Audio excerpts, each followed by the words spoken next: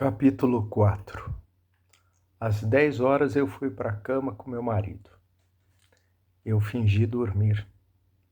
Ele adormeceu assim que apagou o abajur, como se o interruptor estivesse conectado por um cabo à sua consciência. Isso me causou admiração. Não havia muitas pessoas assim. A maioria das pessoas sofre por não conseguir dormir. Aconteceu com meu pai. Ele sempre reclamava ter um sono muito leve. Demorou um pouco para ele adormecer e o menor barulho o acordava, qualquer movimento leve, nada a ver com meu marido. Assim que ele adormecia, ele não o soltava até a manhã seguinte, não importava o que acontecesse. Quando éramos recém-casados, achei engraçado e até tentei várias maneiras de acordá-lo, caso fosse necessário. Joguei água no rosto dele. Fiz cócegas no nariz dele com meu pincel de maquiagem, mas sem sucesso. Nada interrompeu seu sono. Se eu insistisse, ele diria um palavrão. Eu nem sonhei. Pelo menos ele não se lembrava de ter sonhado. Obviamente, eu nunca havia experimentado nada parecido com um transe. Ele caiu em sono profundo como uma tartaruga afundando no oceano. Foi admirável. Depois de ficar deitada ali por 10 minutos, saí furtivamente da cama. Fui até a sala, acendi o abajur, me servi de um conhaque. Sentei-me no sofá e abri o livro. Bebi pouco a pouco. Sempre que tinha vontade, eu comia um pedaço de chocolate que tinha escondido em um dos armários da cozinha. Ao amanhecer, fechei o livro, fiz um sanduíche e um café. Os dias se repetiam, um após o outro. Corri para terminar as tarefas domésticas o mais rápido possível. Passei a manhã lendo.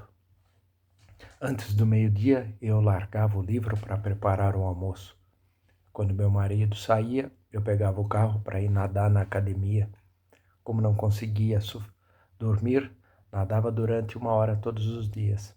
A meia hora anterior não foi suficiente para mim.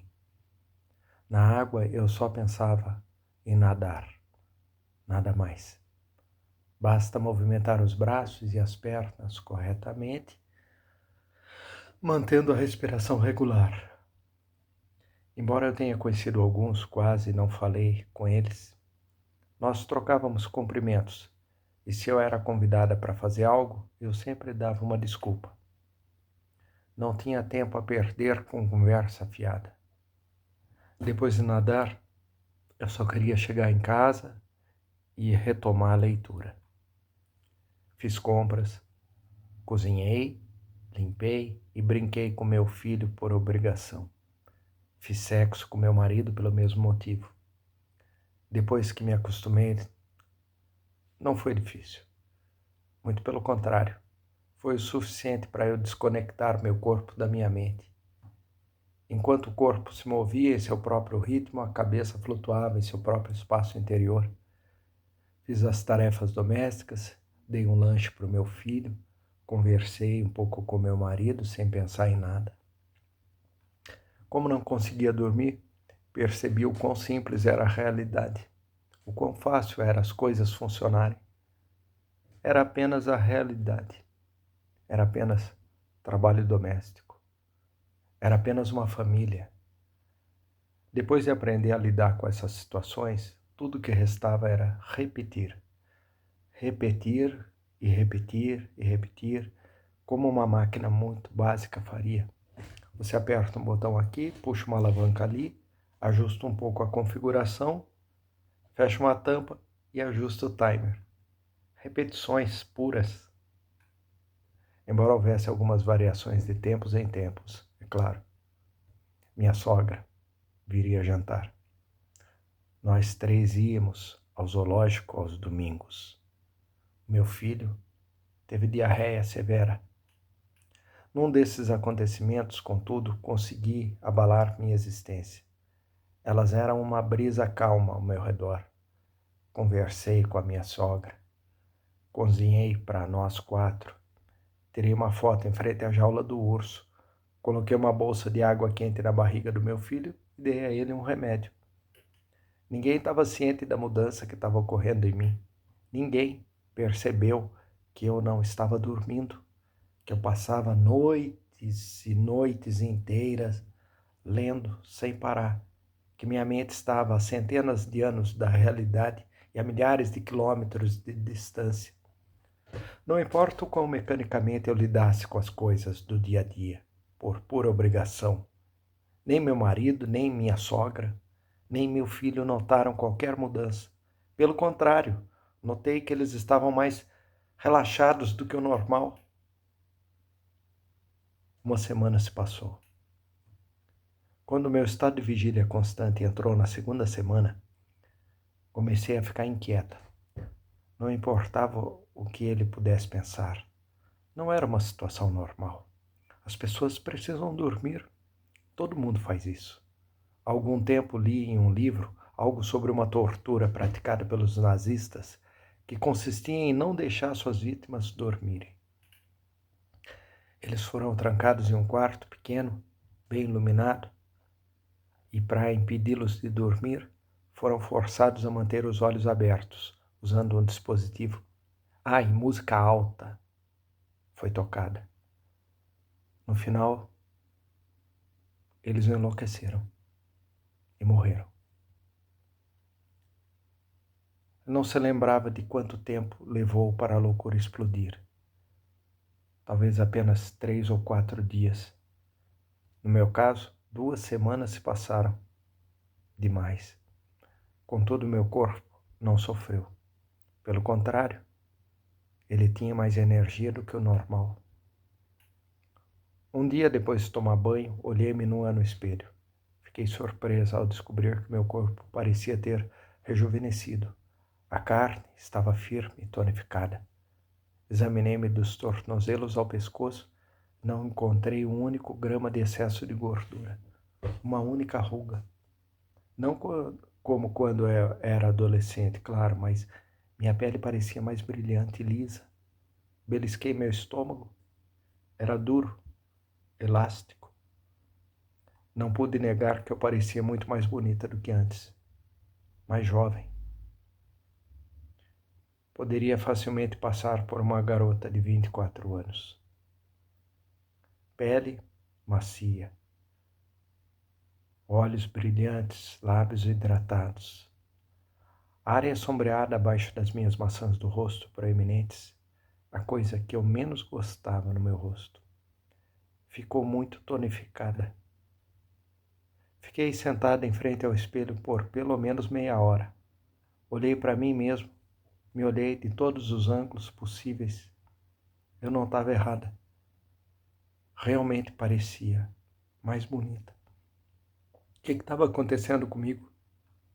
Pensei em ir ao médico. Eu ia ao mesmo médico desde criança. Confiava muito nele, mas só de pensar em como ele reagiria quando eu contasse o que estava acontecendo comigo, me fez recuar. Acreditaria em mim? Se eu dissesse a ele que não dormia há quase 2 semanas, ele pensaria que eu tinha enlouquecido, que estava sofrendo de algum tipo de neurose. Embora talvez não. Talvez ele acreditasse em mim, me mandasse para um hospital para um check-up completo. O que aconteceria depois? Eles me mandavam para todos os lados para fazer todo tipo de exame. Encefalograma, eletrocardiograma, exame de urina, exame de sangue, teste psicológico. Não me senti capaz de resistir. Eu só queria ler em silêncio, sozinha. Nada todos os dias durante 1 hora. Acima de tudo, eu queria minha liberdade. Eu não queria saber nada sobre hospitais. O que isso mudaria? Muitos testes com o único resultado de muitas hipóteses. Eu não queria cair nesse círculo vicioso. Uma tarde, fui à biblioteca para procurar um livro sobre distúrbios do sono. Não havia muito o que dizer e os poucos que abordaram o assunto não disseram nada de especial. Sempre chegavam à mesma conclusão: sono é igual a descanso. nada mais como quando o motor do carro é desligado. Se o motor estiver constantemente funcionando, ele acabará quebrando. Seu movimento gerará calor que acabará derretendo. É preciso esfriar de vez em quando. Desligue-o, ou seja, deixe-o dormir. No ser humano, esse descanso tem um plano físico e espiritual. Deitamo-nos para descansar os músculos, fechamos os olhos para bloquear os pensamentos. Todo o excesso no cérebro é naturalmente descarregado nos sonhos. Um dos livros dizia algo interessante. Para o autor, o ser humano, por sua própria natureza, é incapaz de escapar do seu modo peculiar de ser, das tendências físicas e psicológicas que criamos ao longo do tempo, quase sem perceber. Uma vez formadas, essas tendências nunca desaparecerão, a menos que algo muito sério aconteça, ou seja, vivemos presos na gaiola das nossas tendências. O que os modula e alivia é o sono. O autor comparou isso ao desgaste que colocamos em nossos sapatos. Para ele, o sono não apenas corrige desequilíbrios, mas também os cura. Enquanto dormimos, relaxamos os músculos que usamos incorretamente. A mesma coisa acontece com circuitos de pensamentos usados incorretamente. E é assim que ficamos com frio. Dormir é um ato programado em nós. Ninguém pode escapar desse programa. Se o sistema falha, a existência perde sua base. Essa era a tese dele. Tendências. Fiquei pensando. A única coisa que me veio à mente quando pensei em tendências foram tarefas domésticas, hábitos domésticos que realizava sem nenhuma emoção, mecanicamente. Cozinhar, fazer compras, lavar roupa, criar meu filho. Essas eram minhas tendências. Eu poderia cuidar delas de olhos fechados, porque eram apenas tendências. Pressiona o botão, puxa a alavanca e pronto. É assim que a realidade flui para o futuro. Ela se assemelha a movimentos corporais que nada mais são do que tendências. Eles me consomem como um passo em falso que desgasta a sola do sapato. Para consertar, para resfriar o motor, para que ele não quebre, preciso dormir. Foi isso que o autor quis dizer? Li novamente com atenção e assenti. Sim, tenho certeza que ele quis dizer isso.